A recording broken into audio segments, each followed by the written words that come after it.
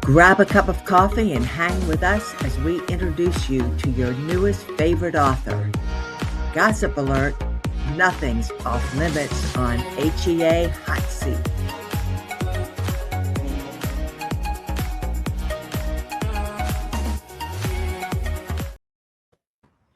Hi, Karen. Welcome to HEA Hot Seat. We're so excited to have you today. I am so excited to be here. I was saying to Karen, for the viewers, I was saying to Karen that we are longtime big fans, and this is like a huge moment for us.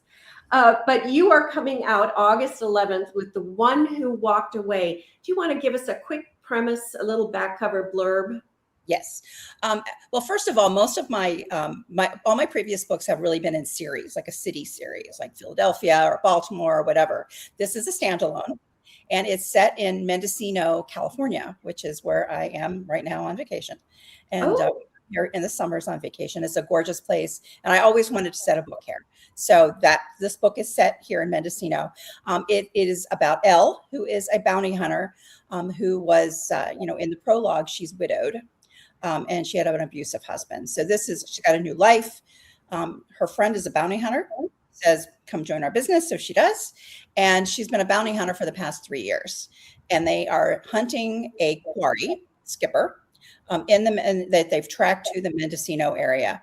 And when they arrive, they know he's dangerous. He's hurt people, but people start dying. And it's all associated with this guy they're chasing. And the detective, doesn't really trust her. She doesn't trust the detective because she's a bounty hunter and he's a cop. So, that they are going to have to work together to find out who is doing this because, clearly there's something more going on. I liked the conflict between the two of them. And I also, Lark was saying this too, we like the slow burn romance. It's old school at this point. It's so comforting. It is a slow burn. Like I said, it's a standalone. So even though there were characters that I would really love to revisit in the future, and maybe I will, but this one's a standalone. So, readers shouldn't expect to meet anybody from the old books, but this is all something new. But after 34 books, what made you do a standalone? Actually, my publisher wanted that. That's what they wanted. Oh, wow. So I will be going back to series, but this was kind of they wanted something a little bit different, shake it up a little bit. That is really different for you. Yeah, it is different. It is different. I thought you were just like, I'm just tired of the characters and they're not coming back. No, I am not tired of them. And they are not tired of me. They are clamoring in the head. You know how that goes. They're always like, me, pick me. Yeah. But yeah. So now I have the city books and I have this one standalone. And then I have my other series, the San Diego series, which is Kit McKittrick, who's a detective, Sam Reeves, who's a psychologist. And it's just the two of them in every book. Right. That's a real slow burn. Yeah. Book 5 comes out next spring, and they still haven't, yet. And readers are like, when are they gonna have sex? I was like, this is super slow burn. How long? I have a question. Why did you, or how did you decide on making her a bounty hunter? That is as a fascinating profession. And did you do research? What happened? How did that come about? So one of my friends, he's also a writer. His name is Andrew Gray. He was visiting. We were visiting at my house up north, and we were talking about it. And I'm like, I don't know what I want her to be. And I knew I needed her to be traveling. I needed her to be in a lot of different places. That was and that's part of the book. And I can't say any more than that because it's a spoiler. But I knew I needed to travel. So one of the things I was actually thinking about was having her be a traveling veterinarian. And as she goes to each place, they have those, like if you're if you're a vet going to have surgery, you bring in this, traveling veterinarian, like traveling nurses kind of a thing. And, I had this idea she could pick up, and I might still do this someday. She'll pick up animals as she goes, and it would be fun. But it just hadn't gelled. It wasn't, gripping enough. And so we were talking about what I wanted. And it was, he went off to do his thing. I went to my bedroom. I was folding clothes, and he comes in, stands in the doorway. He says, bounty hunter. And I'm like, oh, so yeah. Perfect. Wow. So So did you do a lot of research on? I did. You know, and I kind of watched some of the bounty hunter stuff on TV, realizing that it's, you know, completely sensationalized. But I did, you know, I went to blog posts. I looked at videos. It's interesting to me because what I didn't know, and I think this is one of the questions that came up in another interview, but what I didn't know was that bounty hunting is illegal in most countries. No, I didn't know that. And you mentioned that it also is in some states. Yeah, 4 states. Oregon, Wisconsin, Kentucky, and one other. I can't remember the other one. But and because they're in California, I was able to use the Oregon, Right. Sure. Yeah. as part of the book. So it's illegal in 4 states. It's legal in 46 states in the U.S. and in the Philippines, I think it is. And I was like, well, that's really interesting. It's considered kidnapping. Wow. It's like, in the states where it is not legal, it is considered a kidnapping offense. I wonder what the stats are for those 4 states where it's just like, well, how do you find the guy that jumped or skipped? They probably know where they are, but they're like living out in the open, you know? Mm. It's like, you know, we're here, we're safe. You can't come get us. So this is a message. It's a PSA to everybody. If you're going to commit a crime, go to Oregon. you can't Now, be if you're going to jump bail, go to Oregon. Exactly. And the guy that they're chasing who's jumped bail, you know, I kind of, you know, I put the kitchen sink in there. His mother had put up his bail. She put up her house as collateral. She was going to lose her home now that he jumped bail. And, you know, he's just and he's also almost killed 2 people before the story even starts. So he's a bad guy. But yeah, the whole Oregon thing, I've just found I had to use it because I'm like, well, that is really interesting. Yeah, that was interesting. Yeah. So when you start out, do you start out with an outline or something that's very detailed, or do you have a premise and sort of let it go organically? Well, I would probably go more organically, but my publishers have, knowing me well, if you let me go organically, the books end up being, you know, so they don't let me do that anymore. But my first editor back when it was Warner Books still, this was way back in the day, she learned early on that I must be kept to an outline, and they made it part of my contract. It's a part of my contract. So yeah, I do an outline, and you know, and it varies. It varies in how detailed it is. And it also depends on how long I've been thinking about the book. Some books I will have been thinking about for a long time, like the first book in my Sacramento series. I had thought I've been thinking about that book for a very long time. And the villain was actually an idea I got from sitting next to somebody on an airplane way back before 2010, because he was the villain in that one. Is a spoiler alert. Put your fingers in your ears if you haven't read it. Say you're sorry. And the villain is he's an airline pilot who's one of those kind of concierge airline pilots where companies pay into almost like a timeshare. Or right. Oh yeah, okay. You get the plane, you get the crew, you get the maintenance, and you just pay a fee, you know, for that. You share that plane with other companies, and so that's what he does, and that's what this guy on the airplane next to me did.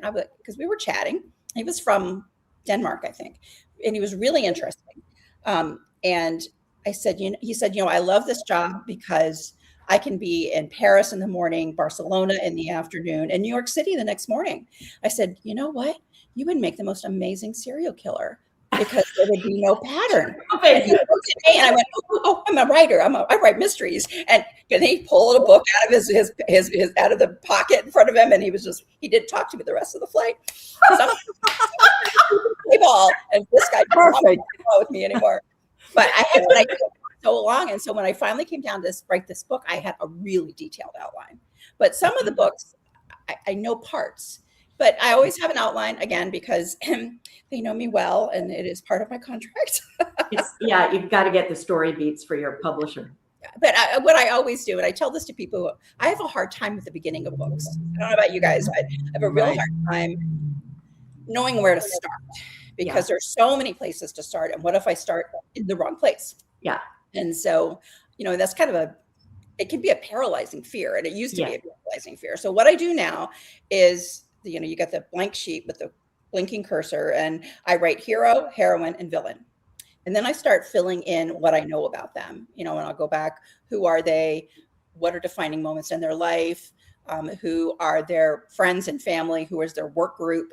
And, and any other things I need to know about them. And as I do that, the story just starts to come. Right. And I kind of work my way in kind of backwards and reverse, into the story. And by the time I've done all of that, I'm like, oh, okay, I know where to start. At least I know where to start. And then I go on with the rest of my outline, turn that in, and then that's where I start. Yeah, it was a riveting prologue. Or was that a chapter 1? It was riveting. The one in the one who walked away. Yeah, the one who walked away, and it was her husband. Yeah, with her husband, and that just pulled me right in. Yeah, I felt so bad for Elle because, and I have a really, really close friend who's one of the smartest women I have ever met in my life. And she was in an abusive relationship, and she didn't know. She knew she needed to get away kind of on a base level, but it wasn't until he hurt her dog. It was kind of like the equivalent of hurting her child. Sure. And that, but she was like, I'm not going to say her occupation, but I'm, this really smart occupation, really smart. And I didn't know. And, I didn't want to make Elle, I wanted to make her involved in women, helping women get free, but having this secret where she should have gotten free from her own husband. So, and she knows she needs to get away. She tells women all day long to get away. But I like that you made her so dark. I mean, it was, she was an attorney and now she's a bounty hunter, but she's got this past, that she's got to get over herself. I loved it. Loved it. And that becomes a big part of her story. It's her journey. Yeah. And then the Ronan Clark, the hero, he is not, he's a nice guy. Mm-hmm. Single dad, raised his daughter. He doesn't have a huge backstory conflict, but he's seen a lot. He's done a lot. He's been a cop for 25 years. So yeah, it's and he understands the boundaries where he's got to keep that boundary, and it doesn't matter that he's attracted to her. That there's boundaries. That his sense of honor, is such that, and I think that's something that people admire in a hero. You hear a lot about morally gray, but basically people want to read about someone that they could like. They could like in real life, I think. And I have to be able to connect with my characters, and when I'm reading them, or if I'm writing them, or if I'm watching them on TV. I've turned off television shows because I didn't like anybody. Right. My daughter, who is, she's like, she loves to watch film. She's a big film fan. And that's what she and my husband, they do together. They watch films, they watch TV, and they can watch something where everybody is completely reprehensible, but it's written well. And I'm like, I just zone out, I'll put my headphones in, I'll do an audiobook, and I'll knit while I'm like, I have no interest in these people. Right. I have to be able to connect. Same. And I'm like, these characters are not sympathetic. And my husband's like finally getting the writer lingo, like, okay, well, there's no plot here. Yeah. So one of the things that I was speaking with Lark about before you came on is, in my head, when I began writing, the pinnacle of success for me would be to see my books in the airport kiosk. You're running in for a soda or water, and there's your name. And not Barnes and Noble, not libraries, but literally just, where they can only have 20 books and you're one of them. What was your, this is what it is to make it? It's all of that, and I remember the first time I saw my book in a Barnes and Noble, my very first book. It had just come out. You remember they used to have that table, right? It was like the new reason. Then they would have the 3-tier thing, right? My book was on that, and I burst into tears. And really? And my husband was like, "It's her book. It's her book. It's her book." But I think one of the things that I am, and I think this makes me really proud, and it kind of solidified for me the power of writing in general, but the kinds of books I write was when I got my first email from a woman. And now Don't Tell was my first book. It was about an abused wife who has escaped her husband, and then he comes looking for her. Right. And I got this email from this woman, and I will never forget it. I will never forget it. I don't have a copy of it because that was like a million computers ago. But she said that she too had escaped her husband, and it was a dramatic escape, although not as dramatic as your Caroline's, she said. But she said that eventually she met a man who was a good man, and they've been married at that point for 15 years. And he would always ask her what it was like, and I could never tell him. And she said, then I gave him your book, and now he knows. And wow, that was the moment that was just like, oh, that's powerful. Yeah, it was so powerful. I think that was my moment. Yeah. Ooh. Yeah. Crazy. Yeah. And I still get emails. I mean, I recently got one from, I've gotten them from all over the world. Oh yeah. I didn't think I could read this because I went through something similar, but it was empowering, to see how she made it out and how she changed her own life, with help, with a support network she had, right. but she was able to do it. So to me, that was, I think, and that will continue to be probably the pinnacle. And I have only seen, I think I've only seen my book in an airport bookstore once or twice. And I travel a lot, and I always look, who doesn't look? Sure. And I squealed, and the woman looked at me, and I went, "It's my book." So I think she believed me. There was no offer, no asking me to sign it. So I was like, "Oh, okay." But one time when it was in South Africa, and I've hit #1 twice. One was in Germany, and one was in South Africa. And my book was next to the biography of Steve Jobs. Wow. Yes, that was in 2012. And so there are these moments, but I think the emotional connection for me to that one woman was probably the most powerful one. Yeah, that's a great story. That's so much greater than seeing it in the airport. Like airport. Yeah. Although I have to say, when success, and that's certainly a success. I mean, I follow John Scalzi on Blue Sky. I love him. He's so funny, and he'll say, "Oh, he travels a lot." He'll say, "Oh, I left signed copies of XYZ, and in the Houston airport, the Dallas airport, whatever." And I was like, "Oh, that must be so fun to find your books there." But yeah, I mean, it doesn't happen for me as often as I wish it did. But it has happened a couple times. Yeah, I've never seen my book read by somebody though. I know when my first book came out, and it was in Barnes and Noble, and one of my friends took a picture and sent it to me, and it was next to Allison Brennan, because Brennan and Brennan. Oh, well, and it was such a thrill, and it was like, wow. And I still have that picture because it was, and it was somebody else that took it, so I knew somebody else saw it besides me. But really, it does make a difference when somebody, it's just like somebody, that little, is happy for you. Yeah, it gives you that little jolt, because as writers, we're a very solitary group. We you guys have, that's one of the reasons I love to do these things, is because I get to interact with people. I mean, I have friends and I talk to them. I have knitting friends, I have writing friends, I have friends in different hobbies, but when I'm sitting at my desk working, it's very solitary. Yeah, and to have that little, and you forget sometimes, why am I doing this again? And to have that little boost, like somebody sending you a picture, that's amazing. Yeah. It is. The interaction from fans is, there's nothing better. Yeah. So we are wrapping up, and we in HEA, hot seat, HEA meaning happily ever after for the viewers. We have a hot seat question that's our last question for each of our guests. And yours today is, who is your favorite author? Okay.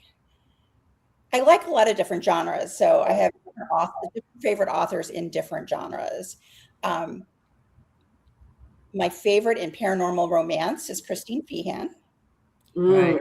And my favorite in, I've been reading this cozy romance series by Nancy Warren, and I'm listening to it on audiobook. It's really amazing. She writes a bunch of different series, but the one that got me pulled in was the Vampire Knitting Club, because I love paranormal books.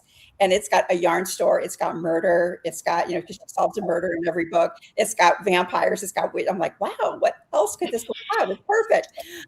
So I read anything in Nancy Warren's written, anything that anything that Christine's written. You know, I have my favorites in different areas. Right. Great. Well, thank you so much for being with us today. Well, thank you. I do you have a minute for a real quick funny story about HEA? Oh, yeah. Absolutely. Okay. So this was many years ago, and I had gone to my massage therapist at her little studio, and we were chatting, and I was talking about how I had read a book that did not have a happily ever after, and I was expecting it. And I was really upset. And I said, you know, my readers want that they want that happy ending. They want that happy ending, and I want that happy ending. She stopped with the massage, and I turn around and look, and she's up against the wall laughing with her hand over her mouth, like so she can laugh. She's shaking with laughter. Tears are rolling down her eyes. I did not know. I was very sheltered. I mean, and I had written some books with sex in them. I did not realize a happy ending was code for sex. Oh, I mean, I do, but I didn't even make the connection. And she was laughing, and I was like, okay. So that's now I start calling it happily ever after. I don't call it a happy ending anymore. That's fabulous. I was like, I had to laugh at that. That is Well, that's better than our HEA question, our hot seat question. Right. That's great. Well, thank you so much for being with us, Karen. It was wonderful to meet you and talk to you. And good luck with this next release. And it releases August 11th, and it is called The One Who Walked Away. So cover to come. Great. Thank you. Thank you. Come on.